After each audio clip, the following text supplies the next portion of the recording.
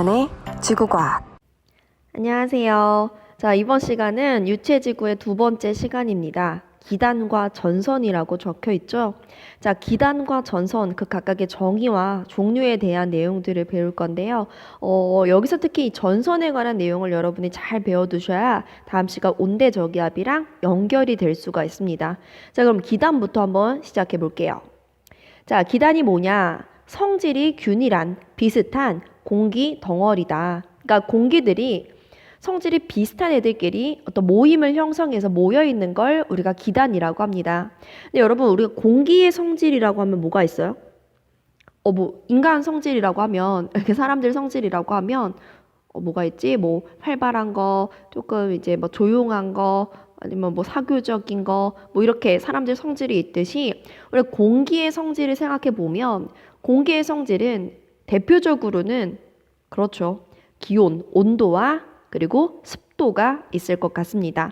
그래서 성질이 따뜻하냐, 차갑냐, 그리고 습하냐, 아니면 건조하냐, 이렇게 성질이 있고 그 성질들을 조합을 해보면 온도에서 두 가지, 습도에서 두 가지니까 총 네 가지 종류의 성질이 나오겠죠. 그래서 우리는 우리나라 주변에 있는 대표적인 기단들로 한번 공부를 해보려고 해요. 자, 선생님이 지금 왼쪽에 우리나라 지도를 띄워놨는데 잘 보면 노란색 선이 있거든요. 자, 이 노란색 선을 기준으로 우리나라를 나눈 거예요. 먼저 가로 방향선. 여러분, 가로 방향선을 기준으로 위쪽은 좀 더 북극에 가까운 고위도기 때문에 위쪽은 온도가 낮을 거고, 안 써죠? 낮을 거고, 그리고 아래쪽은 좀 더 적도랑 가깝다. 저위도기 때문에 온도가 높을 거다. 자, 이번에 세로선을 보겠습니다. 자, 세로선을 기준으로 왼쪽은 뭐냐? 여러분, 왼쪽으로 하면 쭉 유라시아 대륙, 막 중국이 있어요. 땅입니다. 바다가 아니죠? 그러면 땅 위에 있는 공기는 땅의 성질 때문에 건조하다는 거죠. 물이 많이 없으니까 건조해요. 근데 반면에 이제 세로선 기준으로 오른쪽을 가면 여기 뭐 동해 바다도 있지만 일본 이후에 쭉 태평양이라는 큰 바다가 펼쳐집니다. 바다 위에 있는 공기는 그만큼 바다의 영향을 받아가지고 촉촉해요. 습도가 높겠죠. 그래서 여기는 다습하다 이렇게 적어 볼게요. 그래서 우리가 요렇게 노란 선을 기준으로 우리나라를 4등분 했더니 총 4개의 기단이 나오는데 먼저 우리 볼 거는 여기 왼쪽 위 북서쪽에 있는 1번 기단입니다. 여러분 1번 기단은 성질이 어때요? 온도는 낮고 습도는 건조하죠. 그래서 우리가 1번 기단은 한랭 건조한 기단이고 이 한랭 건조한 기단을 이 위치에 있는 어떤 지역명을 따서 시베리아 기단이라고 해요. 그래서 오른쪽에 정리를 할게요.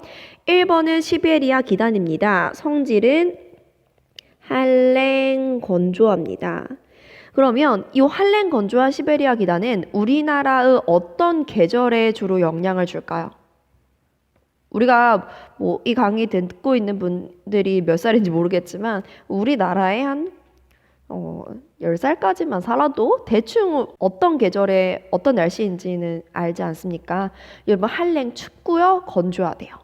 겨울이죠. 그래서 우리나라 겨울에 영향을 주는 게 바로 이 시베리아 기단입니다.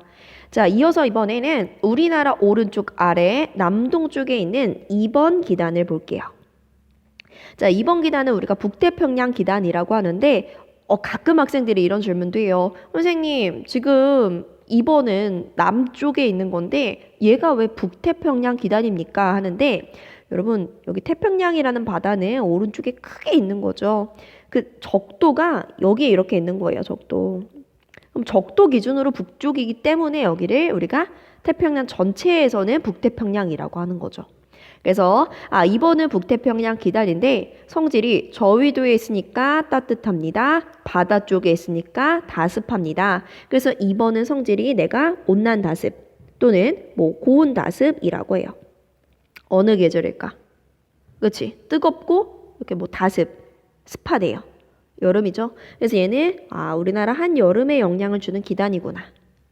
자, 그리고 이제 조금 약한 기단들, 쭉정이 기단들 보면 자, 여기 우리나라 오른쪽 위에 보시면 북동쪽에 보시면 얘는 오호츠크해 기단이에요. 이 위쪽에 오호츠크해라는 바다가 있거든요. 얘는 일단 성질이 온도가 낮고 다습한 한랭다습하고 어떤 계절에 영향을 주냐?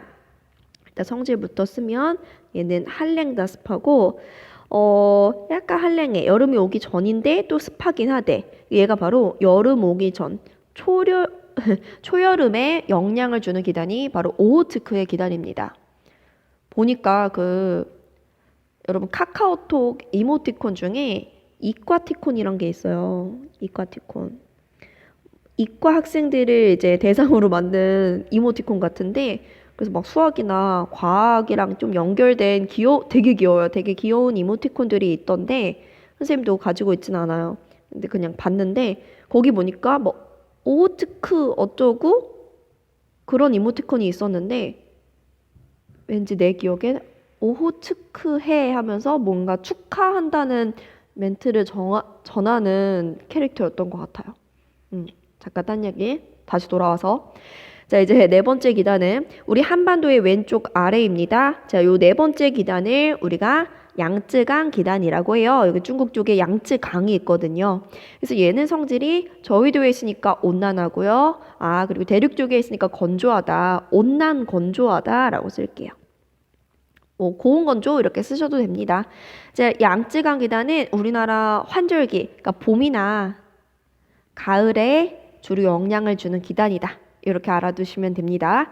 그래서 우리나라 1년 동안 1월부터 쭉 이렇게 시간이 진행되면서 1월, 2월 겨울에 시베리아 기단, 그 다음에 봄에 양쯔강 기단, 여름이 오기 전에 잠깐 오호츠크해 기단, 여름에 본격적으로 북태평양 기단, 다시 오호츠크해 기단 잠깐 영향 받았다가 가을이니까 양쯔강 기단, 그리고 이제 겨울 되니까 시베리아 뭐 이런 식으로 반복이 된다 생각해 주시면 되고요.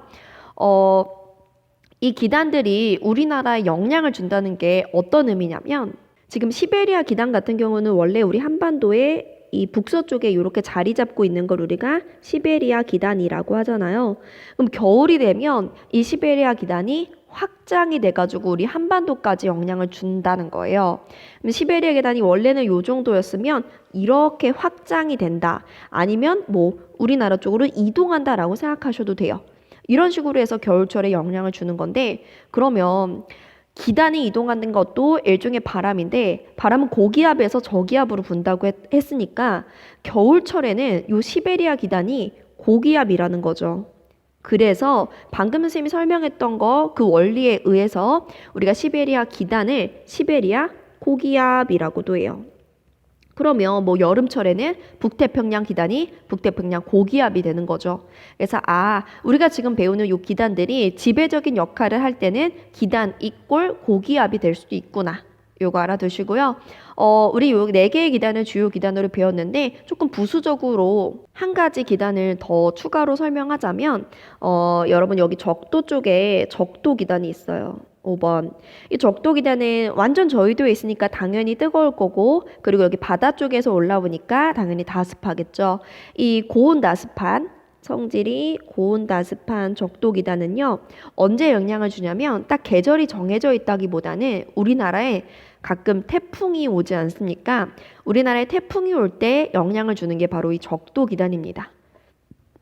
그래서 영향은 태풍. 그래서 영향은 태풍. 그리고 자 6번에 선생님이 기단의 변질이란 말을 적어놨는데 기단이란 애는 그 기단의 발원지, 그러니까 기단이 태어나는 장소, 만들어지는 그 장소의 아랫부분 영향을 받아요. 그러니까 내가 대륙 위에서 만들어진 공기덩어리면 건조할 거고 내가 적도 부근에서 만들어진 공기덩어리면 따뜻하겠죠. 근데 기단이란 애가 한 장소에 가만히 있는 게 아니고 이동할 수도 있잖아요. 이동하다 보면 내 밑에 있는 땅의 성질이 바뀌게 되고 그럼 기단의 성질도 점차 달라질 수 있어요. 그러니까 우리 인간도 내가 뭐 태어난 장소 아니면 처음 태어난 그 환경에 따라 인간의 성질이 결정이 되잖아요.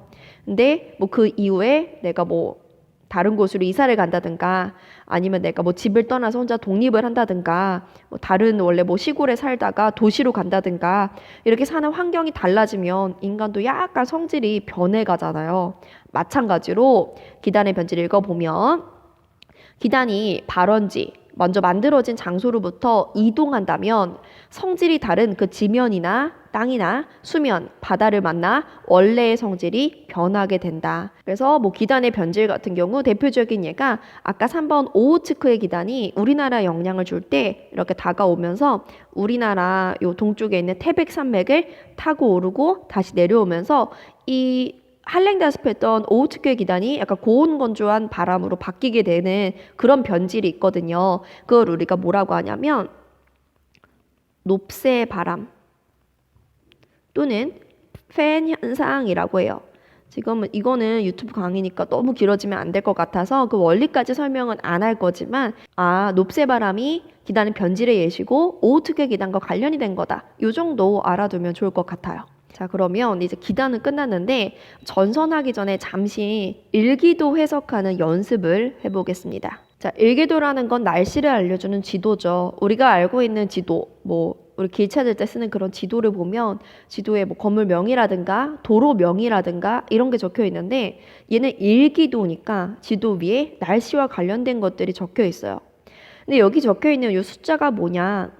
우리 땅의 모양을 알고 싶을 때 보는 그런 지질도에서 나오는 숫자는 고도가 나오겠죠. 고도. 어느 정도 높인지. 여기 나오는 숫자는 기압이에요. 기압. 그러니까 공기의 압력이 어느 정도인지. 기압이 높은 게 고기압이고 낮은 게 저기압이겠죠. 제일 왼쪽 거부터 보면 지금 이렇게 이미 고라고 적혀 있는데 기압이 1036, 1040, 1044, 1048, 1052 점점 이렇게 높아진다. 여기 고기압이고. 근데 또 이쪽을 오른쪽을 보면 기압이 1004, 996 기압이 점점 작아진다. 그러면 여기는 이제 저기압이라고 볼 수 있는 거죠. 그래서 우리 고기압, 저기압은 읽을 수 있을 것 같아요. 근데 지금 왼쪽을 보면 우리나라인데 지금 고기압이 어디에 위치하냐면 여기 우리나라 북서쪽에 위치한다. 여기는 원래 시베리아 기단의 위치 아닙니까? 그럼 우리가 이거 해석할 때 시베리아 기단이 고기압이네. 시베리아 기단이 지배적이네. 이거 겨울이구나. 한 가지 더. 바람은 고기압에서 저기압으로 분다고 했는데 그럼 고기압에서 저기압으로 이런 식으로 북서쪽에서 바람이 불어오니까 북서 계절풍이 불겠구나. 이런 것도 우리 알 수 있는 거죠. 자, 그럼 같은 원리로 우리 가운데 그림도 해석을 해보면 똑같이 우리 한반도 위에 고기압과 저기압들이 있는데 지금 어디에 고기압이 있나 보니까 고기압의 위치가 이렇게 우리나라 남동쪽에 위치합니다. 근데 여러분 여기는 원래 북태평양 기단의 위치 아닙니까? 북태평양 기단이 고기압이다. 북태평양 기단이 지배적인 역할을 한다. 이때 우리나라가 여름일 때의 기압 배치구나. 좀 더 나아가서 바람은 고기압에서 저기압으로 부니까 지금 우리나라에선 이렇게 남동 계절풍이 불고 있겠구나. 이런 거 우리 생각할 수 있는 거죠. 그래서 일기도 나왔을 때 이게 어떤 계절인지 우리가 해석할 수 있어야 돼요.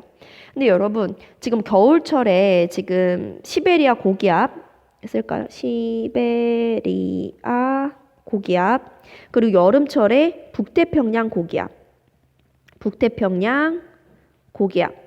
요 시베리아 기단과 북태평양 고기압의 경우 시베리아 기단은 요 우리나라 왼쪽 위쪽에 그리고 북태평양 기단은 우리나라 오른쪽 아래쪽에 이 위치에 고정되어 있어요. 그러니까 막 엄청나게 이동하진 않거든요. 그래서 이런 걸 우리가 정체성 고기압이라고 해요. 이 말은 왜 하냐면 지금 제일 오른쪽에 보시면 고기압과 저기압이 동시에 나오는데 이 고기압은 우리가 이동성 고기압이라고 하거든요. 왜냐면 여기 요렇게 시옷자 모양으로 생긴 게 이제 앞으로 우리가 다음 시간에 배울 온대 저기압인데 여러분 이게 저기압이에요. 근데 저기압은 주변에 비해 기압이 낮은 거니까 저기압 옆엔 항상 고기압이 있어요. 저기압 옆이라서 고기압이 있는 거고 그 옆에 나오진 않았지만 또 저기압이 있을 거고 이렇게 저고 반복이 되는데 얘네들이 전체적으로 지금 우리나라 위도상에 부는 이 편서풍이라는 바람의 영향을 받아서 쭉 동쪽으로 이동해 가고 있거든요. 이게 바로 우리나라 봄이나 가을철의 날씨예요. 우리 다음 시간 배우면 좀 더 자세히 알겠지만 이 온대저기압은 어쨌건 저기압이니까 날씨가 흐리죠. 이 온대저기압 안에서도 날씨의 변화가 약간 있긴 하지만 근데 흐리고 조금 있다가 지금 고기압이 우리나라 쪽으로 다가오니까 맑아질 거고 또 저기압 흐릴 거고 이 날씨 패턴이 봄이나 가을엔 반복이 되는 거예요. 며칠 이렇게 흐리고 비도 왔다가 다시 쨍쨍 맑고 뭐 소풍 갈 수 있는 그런 날씨, 또 다시 흐리고 비 왔다가, 그러니까 반복되는 게 바로 이 이동성 고기압 때문이라는 거죠. 원래는 우리가 이렇게 고기압을 이동성과 정체성으로 나누고, 정체성을 또다시 온난 고기압과 한랭 고기압 이렇게 나눠요. 이 온난 고기압, 한랭 고기압은 고기압이 생성되는 원리가 조금 달라가지고 이렇게 분류를 한 건데, 지금은 우리가 하진 않겠습니다. 왜냐면 선생님이 이 유튜브 강의를 처음에 찍으려는 의도가, 아무래도 뭐 유튜브로 보면 조금 가볍게 들을 수 있으니까 중요한 내용만 짧게 핵심만 전달하는 그런 강의를 찍어보자, 이런 의도였는데, 또 이제 워낙에 박찬호다 보니까 말이 많아가지고 너무 맨날 다 찍고 나면 막 4, 50분인 거예요. 그럼 누가 보겠어요. 그냥 인터넷 강의 사이트에서 보지. 그래서 조금 덜 중요한 거, 아니면 조금 뭐 심한 내용은 빼려고 합니다. 그래서 여기까지 우리 일기도 해석 연습해 봤고요. 자, 이제 전선 얘기를 해볼게요. 자, 전선을 우리가 총 4종류를 배울 거예요. 근데 배우기 전에 전선이 뭐냐? 전선이 뭘까요? 전선은 아까 공기 덩어리를 우리가 기단이라고 했는데, 성질이 다른 두 기단이 만났어요. 예를 들어 따뜻한 공기 덩어리와 차가운 공기 덩어리가 만났어요. 그럴 경우에 걔네가 바로 섞여지고 혼합돼서 미지근한 공기 덩어리가 되는 게 아니고, 나 안 섞일래. 왜냐면 우리가 성질이 다르니까 하면서 벽을 만듭니다. 벽. 그 벽을 우리가 전선이라고 하는 거예요. 뭐 그냥 이해를 돕기 위해서 예시를 들자면, 인간들도 성격에 따라 성격이 비슷한 사람들끼리 이렇게 무리를 짓지 않습니까? 그랬을 때 성격이 다른 두 무리가 만나면, 물론 시간이 지나면 서로 이제 뭐 이해하면서 친해질 수 있지만, 처음에는 약간 벽을 만들고 거리를 두거든요. 그런 게 바로 전선이라는 거죠. 자, 그래서 우리 전선의 정의는 이제 알았고, 전선의 종류를 볼 건데, 지금 나와 있는 그림부터 볼게요. 이 그림이 뭐냐? 왼쪽에 파란 동그라미랑 빨간 동그라미가 하나씩 있는데, 파란 동그라미는 찬 공기고 빨간 동그라미는 따뜻한 공기예요. 그리고 이 찬 공기와 따뜻한 공기는 모두 다 오른쪽을 향해서 이동하는 중입니다. 그런데 찬 공기의 속도가 더 빠르다라고 가정을 해볼게요. 그럼 여러분, 공기 덩어리들이 이렇게 이동하는 상황이 계속된다면 결국에 찬 공기가 따뜻한 공기를 따라잡겠죠. 뒤에 오고 있던 찬 공기가 따뜻한 공기를 따라잡는다. 그럼 두 개가 겹쳐질 텐데 어떻게 처리가 될까요? 자, 찬 공기랑 따뜻한 공기 중에 누가 더 무거울까요? 누가 더 밀도가 클까요? 찬 공기입니다. 그래서 우리가 뭐 에어컨을 천장에 위에 설치하는 이유도, 에어컨에서 나오는 찬 공기가 결국에 이제 무거우니까 아래쪽을 향하기 때문에 그렇게 에어컨을 위쪽에 설치해야지 전체적인 공기가 다 차가워질 수 있어서 그런 거잖아요. 그래서 찬 공기가 더 무겁다. 그렇다면 얘네 두 개가 만나면 결국에 찬 공기가 아래쪽으로 가면서 따뜻한 공기를 파고들 거예요. 어떻게? 이렇게. 선생님 그림을 잘 그릴 수 있을지 모르겠는데, 슉, 이런 식으로. 지금 찬 공기가 여기 원래 따뜻한 공기가 있던 위치를 쑥 하고 파고들어요. 그럼 기존에 있던 따뜻한 공기는 어디로 갈까요? 찬 공기가 쑥 하고 파고드니까 붕 하고 위로 올라가게 되겠죠. 자, 이때 찬 공기와 따뜻한 공기 사이에 지금 벽이 생겼고, 이 벽을 우리가 전선면이라고 부르는 거고, 이 아래 생긴 요 선을 전선이라고 부르는 겁니다. 근데 이렇게 찬 공기가 따뜻한 공기 따라 잡으면서 생기는 전선을 우린 특히 한랭 전선이라고 하고, 기호루는 지금 얘네 전체가 진행되는 방향이 오른쪽을 향하잖아요. 그래서 이 방향으로 뾰족하게 이렇게 발톱을 그리면 이게 한랭 전선의 기호가 돼요. 지금 이거는 한랭 전선. 그리고 지금 따뜻한 공기가 상승하죠. 여러분, 공기 덩어리가 상승한다? 그렇다면 구름이 생기겠죠? 근데 여기서는 따뜻한 공기가 되게 훅 하고 상승하기 때문에 구름이 되게 두껍게 생기거든요. 그래서 이렇게 구름이 누적됩니다. 저군형 구름이 생길 거예요. 그리고 구름이 생기면 당연히 비도 오겠죠. 근데 저근형 구름에서 내리는 비는 비가 되게 좁은 구역에 빠바바바바바바바 집중적으로 내리거든요. 짧은 시간 동안. 이런 거 우리는 소나기라고 해요. 그래서 소나기가 내린다. 그리고 하나 더 말하자면 지금 뭐 비가 오거나 아니면 구름이 생기는 영역이 전선의 앞일까요, 뒤일까요? 보세요. 이게 전선인데 전선이 지금 이렇게 가고 있으니까 이쪽이 앞쪽이거든요. 전선은 앞. 그러면 지금 구름이나 비는 전선 어디에? 전선 뒤 좁은 영역에 구름이나 비가 내린다. 할 수 있는 거죠. 자, 이번에는 오른쪽에 역시나 따뜻한 공기 있고 역시나 찬 공기 있는데 따뜻한 공기 이렇게 오른쪽 향하고요. 찬 공기 마찬가지로 오른쪽을 향하는데 뒤에 오는 따뜻한 공기의 속도가 더 빠릅니다. 그럼 이번엔 여러분 왼쪽은 찬 공기가 따뜻한 공기를 따라잡은 건데 오른쪽은 따뜻한 공기가 찬 공기를 따라잡겠죠. 상황이 분명히 달라요. 따뜻한 공기가 찬 공기를 따라잡았다. 근데 이 따뜻한 공기는 밀도가 작은 가벼운 애기 때문에 찬 공기를 파고 드는 게 아니고 찬 공기를 만나면 나는 가벼우니까 위로 슬슬 올라갈래 라고 하는 거예요. 그래서 그림으로 그리면 이렇게 돼요. 그림으로 그리면 이런 식으로. 뭐냐? 여기 따뜻한 공기가 찬 공기 만났는데 내가 더 가벼우니까 스물스물 타고 오를래 라고 한다는 거죠. 그리고 이 아래쪽에 찬 공기가 있는 거고요. 그럼 여러분 이때도 지금 이게 바로 전선이 될 거고요. 이 전선은 우리가 온난전선이라고 합니다. 자, 온난전선 기호는 지금 전선이 진행하는 방향 오른쪽으로 발톱을 볼록 둥글게 그려주면 돼요. 그리고 여기도 역시 공기가 상승하니까 구름이 생길 텐데 자, 이번엔 구름이 스물스물 이렇게 얇게 생깁니다. 그래서 무슨 구름? 얇은 충운형 구름이 생기고요. 여기서 내리는 비는 비가 막 지금 구름 자체가 얇으니까 비가 막 쏟아진다기보다 뭐 비가 살살 보슬보슬 오랜 시간 동안 내립니다. 이런 걸 우리가 이슬비라고 하죠. 그래서 이럴 때 바로 이슬비가 내리는 거구나. 그리고 온난전선에서는 어디에 비가 오느냐라고 물었을 때 지금 이게 전선이고요. 전선이 이렇게 진행되니까 전선 앞쪽이 여기입니다. 전선 앞쪽에 지금 비가 내리고 구름 생기는데 그 영역이 넓죠. 그래서 한랭전선은 전선 뒤 좁은 영역에 비가 온다.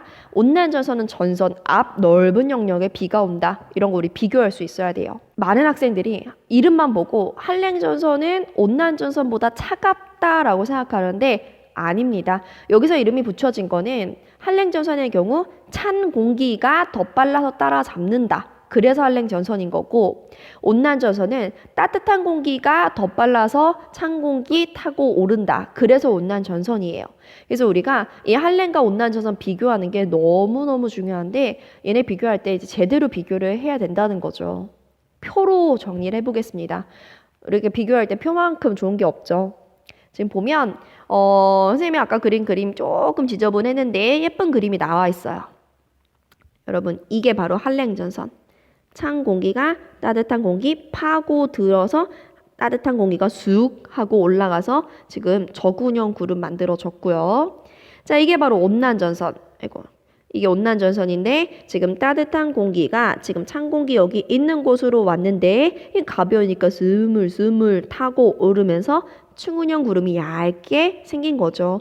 여기 뭐 충운형 구름의 종류를 높이에 따라 권충은, 고충은, 안충은 나눴는데 얘 잠깐 무시하시고 다 얇으니까 나는 충운형 구름이라고 하겠다. 이렇게 공부하시면 됩니다. 그럼 다시 표로 돌아와서 자, 우리 왼쪽에 있는 게 한랭전선이고 한랭전선의 정의는 찬 공기가 따뜻한 공기 밑으로 파고들 때 형성되는 거. 자, 그리고 오른쪽에 있는 게 온난전선인데 온난전선은 따뜻한 공기가 찬 공기 위를 타고 올라갈 때 형성되는 거. 근데 지금 전선면의 기울기를 보니까 여러분 이 전선면 공기와 공기 사이 경계의 면이 기울어진 그 기울기가 누가 더 가파릅니까? 한랭전선이 더 가파른 거 우리 확인할 수 있죠. 그래서 한랭전선이 기울기가 더 가파르다, 급합니다. 그리고 온난전선은 상대적으로 완만합니다. 비교해주고, 자, 강수라는 건 비가 오는 형태를 말하는데 우리 한랭전선 같은 경우는 지금 두꺼운 저군형 구름이 생기고 그에 따라 비는 소나기가 내립니다. 자, 그리고 온난전선 같은 경우는 지금 얇은 구름, 층운형 구름이 있고요. 비가 이슬비가 내립니다. 근데 한랭전선은 그 구름이나 비의 위치까지 쓴다면 전선 뒤에 어떤 영역? 좁은 영역에 구름이나 비. 온난전선도 쓸 칸이 없어요. 얘는 전선 앞이죠. 전선 앞에 층운형 이슬비가 얘는 넓은 영역에 온다. 이런 것도 우리 자세히 한다면, 디테일하게 한다면 비교해야 되는 거고. 자, 이번엔 전선 통과 후 변화 요거 한번 볼게요. 요 그림 보면 바로 이해될 거예요. 여러분 지금 이 공기들이 지금 오른쪽을 향해서 이동 중입니다. 근데 여기 어떤 사람이 서 있다고 해볼게요. 자, 이 사람은 현재 따뜻한 공기 영역에 있어요. 그리고 지금 비가 안 내리고 있죠. 근데 시간이 지난다면 이 공기와 전선 자체가 오른쪽으로 이동하면서 전선은 여기로 이동하고 이 사람 위에 이렇게 한랭전선이 있고 그러면 저군형 구름 아래에 소나기를 맞게 될 거예요. 그러면 이 사람 입장에서 보면 지금 이 순간은 전선 통과 전, 이 순간은 전선 통과 후가 되겠죠. 이해 가셨죠?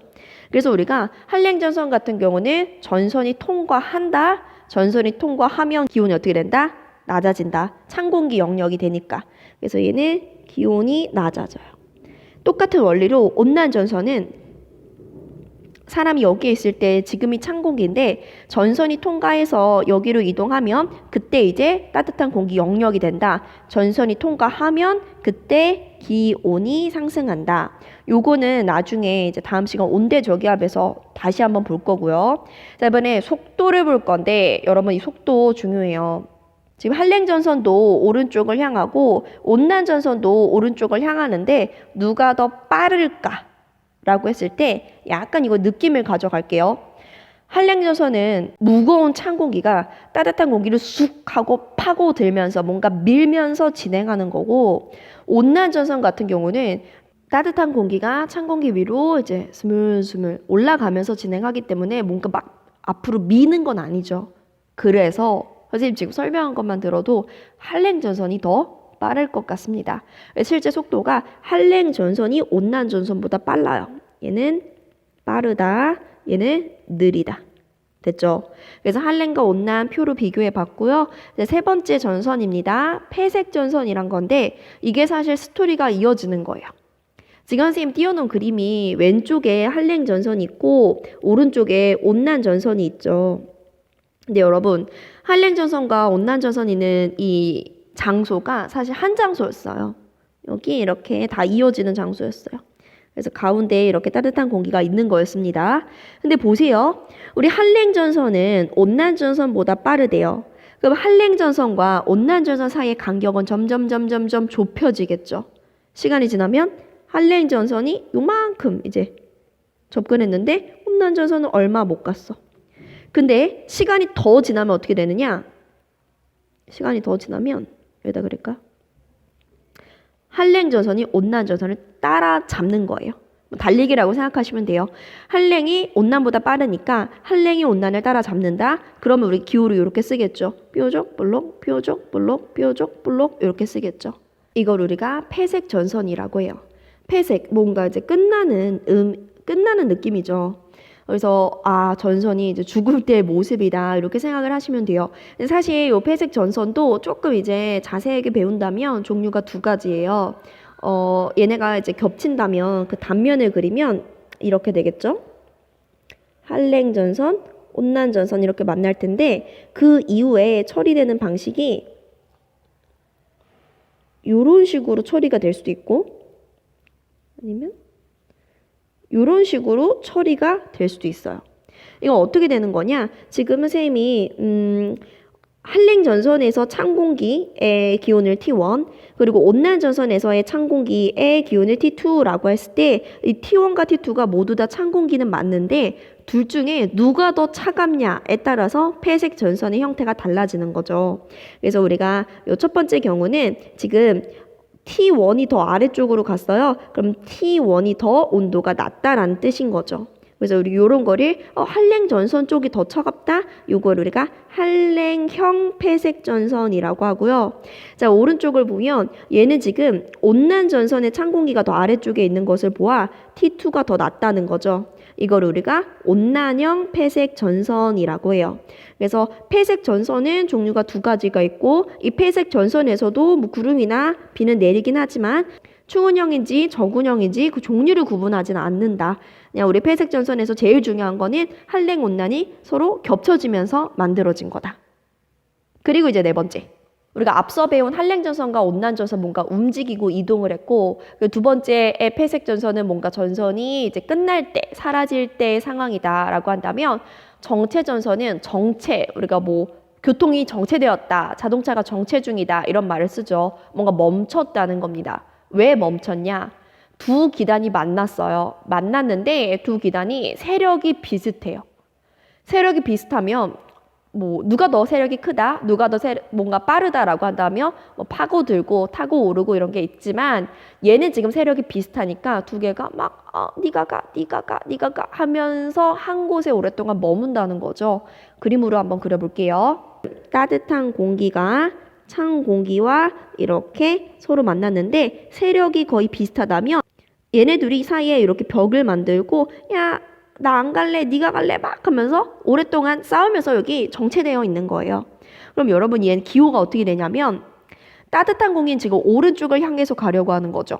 그래서 따뜻한 공기의 발톱, 볼록한 발톱을 오른쪽 방향으로 그려주고 차가운 공기의 발톱을 이렇게 뾰족한 발톱을 왼쪽 방향으로 그려주면 이게 바로 정체전선의 기호입니다. 그래서 우리가 조금 헷갈리지 말아야 될 게 뾰족과 볼록이 뾰족, 볼록이 한 방향으로 있으면 그건 폐색이다. 그리고 뾰족과 볼록이 뾰족, 볼록, 뾰족, 볼록, 뾰족 이렇게 반대 방향으로 있으면 그게 정체다. 얘네 두 개 기호 헷갈리지 말아야 되고요. 자, 그럼 이 정체전선의 경우 비는 어디서 오느냐? 여러분 얘네가 만날 때 비는 어디에서 오느냐? 이렇게 생각해 볼게요. 선생님이 온난전선의 경우 온난전선 앞쪽에 비가 온다고 했어요. 지금 온난전선 그 기호를 보면 그 앞쪽 여기 비가 오는 거고 한랭전선의 경우 한랭전선 뒤에 비가 온다고 했어요. 지금 한랭전선이 왼쪽 방향이니까 뒤쪽 여기에 비가 온다는 거죠. 종합해 보면 지금 여기서는 결국에 차가운 공기 쪽에 비가 온다는 거죠. 그래서 정체전선의 경우 차가운 공기가 있는 쪽에 비가 온다. 그러면 우리나라에선 정체전선이 언제 생기냐? 바로 초여름에서 여름이 될 때 정체전선이 주로 생기는데요. 자, 우리나라 초여름에 영향을 주는 기단이 바로 오호츠크의 기단입니다. 여기 우리나라 오른쪽 위에 오호츠크의 기단이 초여름에 우리나라를 지배적으로 영향 주고 있었는데 이제 여름이 되면서 아래쪽에서 북태평양 기단이 올라와요. 근데 아직 오호츠크의 기단의 세력도 엄청 약하진 않거든요. 그럼 오호츠크의 기단과 북태평양 기단이 서로 세력이 비슷하니까 내가 지배할래, 내가 지배할래 하면서 약간 정체되어 있는 기간이 며칠 있다는 거죠. 그럼 이때 오호츠크의 기단은 찬 공기니까 아래쪽으로 한랭전선 뾰족한 기호 있고 북태평양 기단이 따뜻한 공기니까 위쪽으로 이제 볼록한 기호가 있다는 거죠. 여기서 비는 어디 옵니까? 찬 공기 쪽에 온다면서요. 여기에 비가 온다는 거죠. 이게 뭐냐? 이게 바로 장마입니다. 장마. 그래서 우리가 정체전선의 대표적인 예가 우리나라에 만들어지는 장마전선이거든요. 그러니까 장마전선의 경우 오호츠크와 북태평양 기단이 만든 정체전선이다. 요거 너무 중요한 내용이고요. 그럼 오른쪽을 보고 이거 위성 사진인데 지금 구름이 X선과 Y선 그 사이에 구름이 있죠. 그랬을 때 X가 장마전선일까 Y가 장마전선일까 이런 문제가 나옵니다. 자, 이거 우리가 어떻게 맞추는 거냐? 자, 왼쪽 그림을 보면 우리가 장마전선이란 그 선 기준으로 위쪽에 비가 오고 위쪽에 구름이 생깁니다. 그럼 전선이 Y가 돼야지 Y 위쪽에 구름 생긴 게 설명이 되는 거죠. 그래서 Y가 지금 장마, 즉 정체 전선이고요. 이 Y 기준으로 아래쪽이 북태평양 기단이고 위쪽이 오호츠크의 기단이다. 이런 거 우리 문제 나오면 판단할 수 있어야 된다는 거죠. 그래서 여기까지 우리가 전선에 관한 내용 다 끝났고요. 이번 시간 배운 기단과 전선, 우리가 지난 시간 배웠던 고기압, 저기압만큼이나 기본이 되고 중요한 내용입니다. 우리가 지난 시간에 고기압, 저기압, 그리고 이번 시간에 기단과 전선 이 두 내용을 이제 탄탄하게 한다면 다음 시간 온대 저기압, 그리고 그 다음 시간 열대 저기압, 즉 태풍에 관한 내용을 잘 이해할 수 있을 겁니다. 그러면 이번 시간 수업 여기까지 마치겠습니다. 안녕. 뿅.